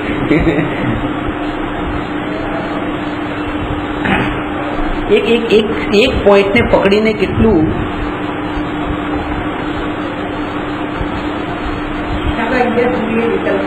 ચાલે એ પછી એનાથી રિલેટેડ બધા પછી એમ કે આ પંડિતો આવા હોય ને અમુક પંડિતો તો જાણતા હોય પણ પાળતા ન હોય ને આ બધું પછી બધા વિકલ્પ અનંતાનુબંધી ના કેટલા થઈ ગયા.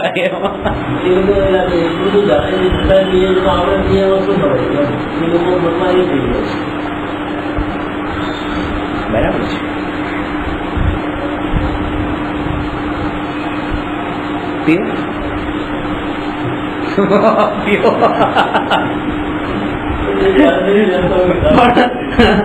જો આવો ભાવ જો થતો એના કરતા સાચું કહું ને તો 2 મિનિટ પી લ્યો.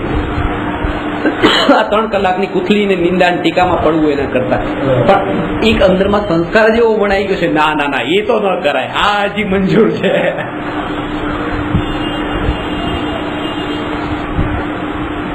આ નાનપણથી જે સંસ્કાર અંદરમાં વણાઈ ગયા છે ને એ તમને ખબર જ છે.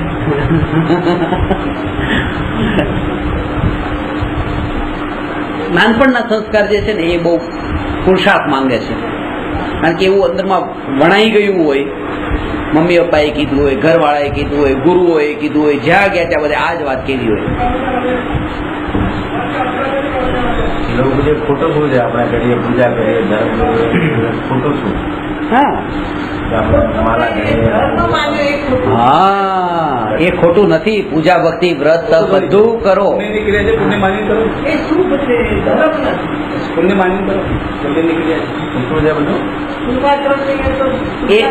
બધું જ મનને મનાવવાનું છે. બધું મનને મનાવવા માટે છે. એ જે આગ્રહ થયો કંદમૂળ ન જ ખાવું જોઈએ, કારણ કે જીવોની હિંસા થાય છે. બરાબર છે. વનસ્પતિ, લીલી વનસ્પતિ 8મ 14ના ન ખાવી જોઈએ. 8મ 14ના લીલી વનસ્પતિ નહીં ખાય. પણ સ્વિમિંગ પુલમાં નાવા જશે, એક તરફ આમ મારશે, સીધા કેટલાય જલકાઈ જીવ મળે, એ દેખાતા નથી. એ જેને એવો ટ્રેન નથી કર્યો, એને ખાલી આ વનસ્પતિ 8મ 14નો ટ્રેન એવો કરી દીધો છે, પેલું દેખાતું. એટલે એક એવો આગ્રહ થઈ જાય. ડોક્ટરે કીધું તમારે આજે લીલોતરી ખાવી પડશે, કે ના ના હું લીલોતરી ન ખાવ, આ 14 છે, હું લીલોતરી ન ખાવ. અરે તમારી તબિયત માટે. ના હું ન ખાવ. પછી સ્વિમિંગ કરવા કેમ કે ડોક્ટરે કીધું તબિયત માટે સ્વિમિંગ કરવાનું. એ તબિયત માટે એ જીવ મરે એનો વાંધો નથી, આ જીવ મરે એનો વાંધો છે. એટલે એકાંતથી એને ન લેવું જોઈએ. બસ પાપ તો છે જ તે, ત્યાં પાપ નથી એમ નહીં, પણ જે જડતા અંદરમાં આવી ગઈ છે એ છૂટવી જોઈએ. જગતા છૂટી જાય, આ તો છૂટી જશે, ગમે ત્યારે છૂટી જશે. જગતા છૂટવી મુશ્કેલ છે.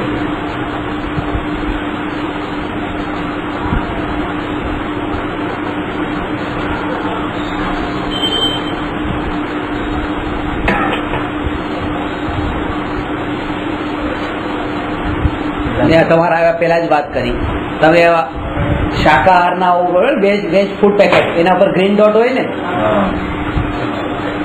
ગ્રીન ડોટ, અને નોનવેજ હોય એના પર રેડ ડોટ હોય. હવે તમે ગ્રીન હોય એટલે પાકું શું વેજ જ છે, આમાં નોનવેજ કઈ નથી. તમે એનો નિયમ વાંચો તો એમાં એવું છે કે અમુક 4% નોનવેજ હોય ને 96% સુધી વેજ હોય. 4% સુધીની છૂટ, કોઈ જગ્યાએ કોઈ પ્રોડક્ટમાં 3%ની છૂટ, કોઈ પ્રોડક્ટમાં 2%ની છૂટ. નોનવેજ જો મિક્સ થયેલું હોય તો પણ એ ગ્રીનનું ડોટ મારી શકે. જરૂરી નથી કે પૂરેપૂરું 100% વેજ જ હોય. આટલા % સુધીની છૂટ હોય. હવે આપણે તો કેવા હું તો પૂરું વેજ જ ખાઉં છું, પૂરું વેજ જ ખાઉં છું, આમાં વેજનું ગ્રીન ડોટ છે. આ ચારિત્રના જે પાલનની વાત છે, આ કાળમાં ડગલે ને પગલે ક્યાંક ને ક્યાંક ગોથા ખાઈ જવાના છે. એક કામ થઈ શકે છે, સ્વચ્છંદે નથી થવાનું, જેટલું પાળાય એટલું પાળજો જ તે, પણ અત્યારે આપણા હાથમાં એક શ્રદ્ધા છે. બસ પેલા શ્રદ્ધા, કે જે ચારિત્ર પાળે તે પણ, ન પાળે તે પણ, પાપ કરે તે પણ, પુણ્ય કરે તે પણ, અને પાપ પુણ્યથી છૂટ્યા છે એવા સિદ્ધ ભગવાન પણ બધા જ આત્મા પરમાત્મા છે, આવું હું માનું. આ કામ આ કાળમાં થઈ શકે છે. ત્યાં ક્યાં વાંધો નથી, કોઈ એને કોઈ ફૂડ પેકેટ વાળા નહીં આવે. જે બધામાં પરમાત્મા જોઈ શકે એ જ પરમાત્મા બની શકે.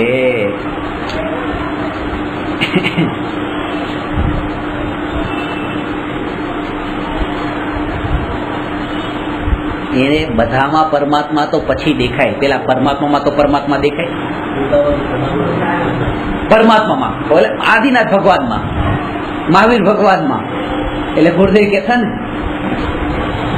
100 ઇન્દ્રોની ઉપસ્થિતિમાં, રાજા શ્રેણીકની ઉપસ્થિતિમાં, ગૌતમ સ્વામીની ગણધરની ઉપસ્થિતિમાં મહાવીર ભગવાનની દિવ્ય ધ્વનિમાં આવ્યું, ભગવાનની દિવ્ય ધ્વનિમાં આવ્યું, ભગવાનની દિવ્ય ધ્વનિમાં આવ્યું કે તું પરમાત્મા છો એમ નક્કી કર, તું પરમાત્મા છો એમ નિર્ણય કર, તું પરમાત્મા છો એવો અનુભવ કર. આવું ભગવાને કીધું આપણને કે તું પરમાત્મા છો એમ નક્કી કર, તું પરમાત્મા છો એમ નિર્ણય કર, તું પરમાત્મા છો એવો અનુભવ કર. પણ હે ભગવાન, પેલા એ તો નક્કી કરી લેવા દો કે આપ પરમાત્મા છો. જે પર્યાયમાં પરમાત્મા થઈ ચુક્યા છે, જે પરમાત્મા પર્યાયને પામી ગયા છે, એ પણ પરમાત્મા દેખાતા નથી, તો આ તો હજી પરમાત્મા થયો જ નથી. એ ક્યાં પરમાત્મા દેખાવાનો છે? જેને એ પરમાત્મા છે એવો અનુભવ થશે, એને આ પરમાત્મા એવો અનુભવ થાય.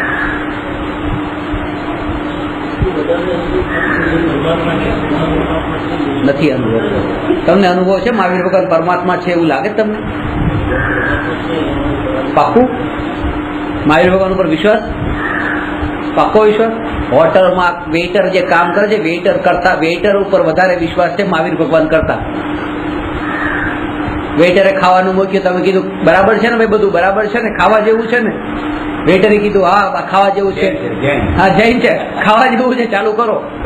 મહાવીર ભગવાને કીધું હોટલનું ખાવાનું અભક્ષ છે, અને વેઇટરે કીધું આ ભક્ષ છે.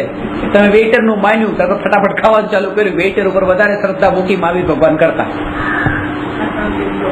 કીધું છે ને અમદાવાદ લઈ એક ટ્રેન ચલાવવા ડ્રાઈવર ઉપર વધારે શ્રદ્ધા છે ભગવાન કરતા. 6 વાગે નો અરાઇવલ ટાઈમ હતો, ટ્રેન પહોંચી 8 વાગે. મહાવીર ભગવાને કીધું તો આજની ટ્રેન 8 વાગે પહોંચવાની છે. 8 વાગે ટ્રેન પહોંચે તરત જ ડ્રાઈવરને અરે 2 કલાક મોડા, 2 કલાક મોડા, કોઈ 2 કલાક મોડા. કારણ કે ભગવાન ઉપર શ્રદ્ધા હોત તો એમ જ કે બરાબર 8 વાગે પહોંચે, ટાઈમ પર પહોંચ્યા. ડ્રાઈવર ઉપર શ્રદ્ધા મૂકી હતી, એને કીધું 6 વાગે, 8 વાગે કેમ પહોંચાડ્યા? ટ્રેન વાળા ઉપર, રિક્ષા વાળા ઉપર શ્રદ્ધા, પૂરેપૂરી શ્રદ્ધા. જે રિક્ષામાં બેઠા પાકી શ્રદ્ધા છે કે આને રિક્ષા આવડે જ છે, એ ટક્કર વગાડવાનું નથી, એક્સિડન્ટ કરવાનું નથી, એ પહોંચાડી દેવાનો છે.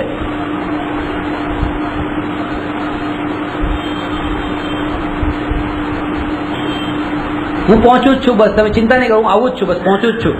પાક્કો પહોંચી જ ગયો એમ જ. એ શ્રદ્ધા. ભગવાન ઉપર કોઈ શ્રદ્ધા નથી, ખાલી બોલવા જેવું છે. મહાવીર ભગવાન પર શ્રદ્ધા છે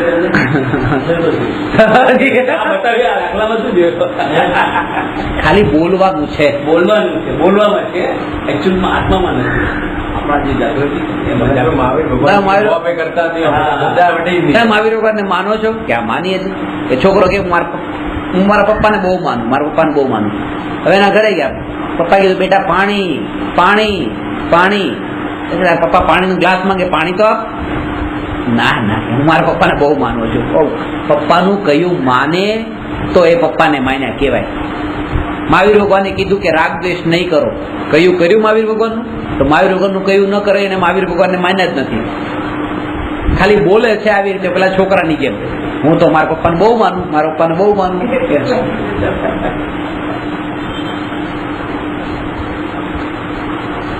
માનવા જોઈએ, એટલે આચરણ જેવું કીધું એવું કરવું જોઈએ. એટલી શ્રદ્ધામાં તો મૂકવું જોઈએ. માનવાની વાતો સારી દૂર બહુ જુદી વાત છે, માનવામાં નથી આવતું. ભગવાને કીધું તમે કોઈ વસ્તુને છોડો, એ છોડવાનો મતલબ એ છે કે તમે એનો રાગ છોડો. હવે તમે ખાલી એકતાથી છુટકારો નથી થતો. માંસ તમે ત્યાગ્યું, માંસનો ત્યાગ કરી દીધો, આજીવન ત્યાગ. એનો મતલબ કે માંસમાં હવે તમને રાગ બિલકુલ નહીં, આજીવન કોઈ રાગ નહીં. એનું નામ માંસનો ત્યાગ નથી. જે વસ્તુનો તમે ત્યાગ કર્યો એ વસ્તુમાં તમને પૂરેપૂરો રાગ ભાવ છૂટી ગયો. સાથે સાથે એ વસ્તુને કોઈ બીજો ખાતો હોય તો એના પ્રત્યેનો પૂરેપૂરો દ્વેષ ભાવ પણ છૂટી ગયો. તો એમ કહેવાય કે તમે માંસને છોડ્યું. હવે પોતે તો દારૂનો રાગ નથી, પણ દારૂ પીતા હોય એના પ્રત્યે દ્વેષ ભાવ થાય તો હજી દારૂ છોડ્યું નથી. કારણ કે તમને હજી દારૂ અસર કરે છે.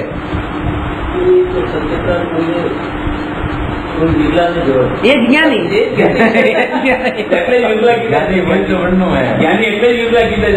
વેડા ઉપર છે. ના ના મોટો છે.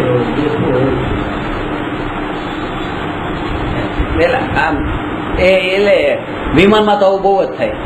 પેલા તો શરૂઆતમાં હું વિમાનમાં જાઉં, બાજુમાં પેલી એર હોસ્ટેસ પૂછે કે બાજુવાળા વેજ નોન વેજ, અને બાજુવાળો નોન વેજ. અરે મરી ગયા, બાજુમાં ક્યાં બાજુમાં ક્યાં આવ્યા, હવે શું કરવું, હવે શું કરવું. ખાતા પણ એના ખાલી નોનવેજ બોલ્યો, એ નોનવેજ આવ્યું નથી. એ નોનવેજ બોલે એના ઉપરથી બાજુમાં ક્યાં આવી ગયા. ચિત્રી છે એના પ્રત્યે. યુઝ ટુ નથી ને, એ ખાતો હોય ત્યારે એવા ભાવ એ યુઝ ટુ છે ખાવા માટે. આપણે આવું ખાવા વાળાની બાજુમાં બેસવા માટે યુઝ ટુ નથી, એટલે એના કરતા વધારે અસર આપણે થઈ જાય છે. એ બી નથી થતી, કારણ કે યુઝ ટુ છે.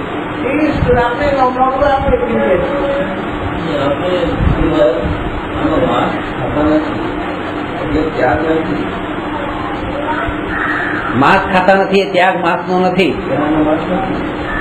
હા, એને ઘણાથી ન જુએ તો ત્યાગ છે એમ નહીં.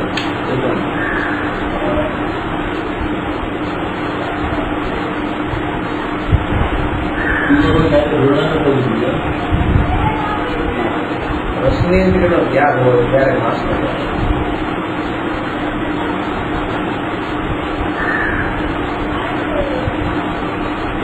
એક છોકરાને એક છોકરી પ્રત્યે બહુ જ પ્રેમ હતો.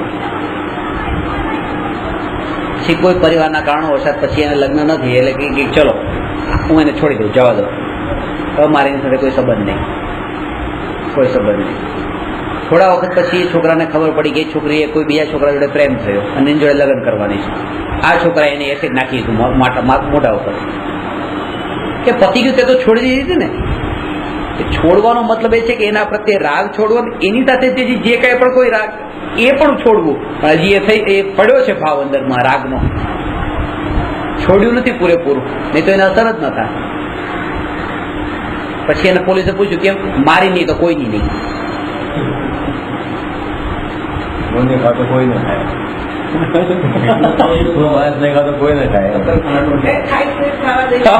હું માંસ ન ખાવ તો કોઈ બીજો ન ખાવ ખાઈ તો ખબરદાર આવી બની.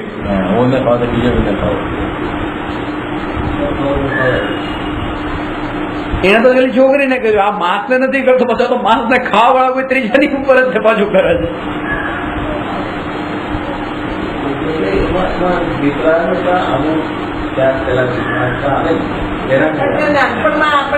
સ્વરૂપ સમજે કે આ શું છે.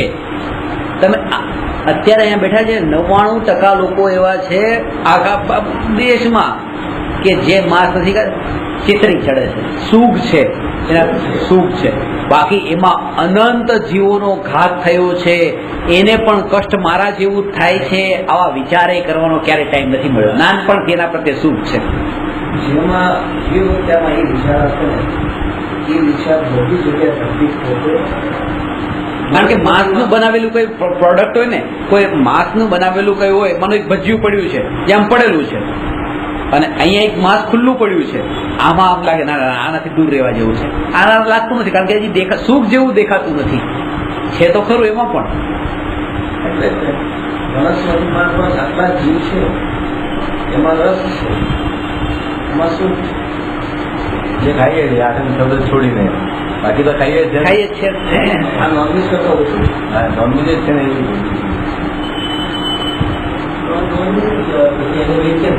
કયું એ બધો વિષય છે. અને છેલ્લું છે ભવિતવ્યતા અપેક્ષાએ જે જીવનું સંસાર પરિભ્રમણ બાકી હોય તેને પૂર્વોક્ત ચારિત્ર કારણોનો ચારેય કારણોનો સહજ યોગ થાય છે.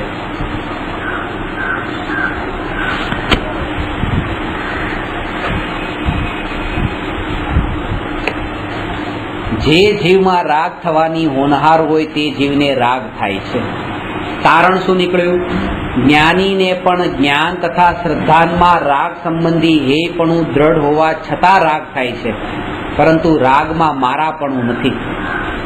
મને બહુ પ્રેમ થાય છે, મને બહુ પ્રેમ છે, મને પ્રેમ નથી, કારણ કે પ્રેમ મારામાં નથી. હું જાણનાર છું એટલે કોઈને એમ કે મને તમારા પ્રત્યે બહુ પ્રેમ છે, એટલે એ પ્રેમ અને મને એ બેને એવો જોડી દીધો છે. જ્ઞાનીને એ જોડાણ નથી. પ્રેમ પ્રેમમાં છે અને હું આત્મા જુદો છું. અર્થાત જુદાપણું હોવાથી રાગનો જ્ઞાતા દ્રષ્ટા રહે છે.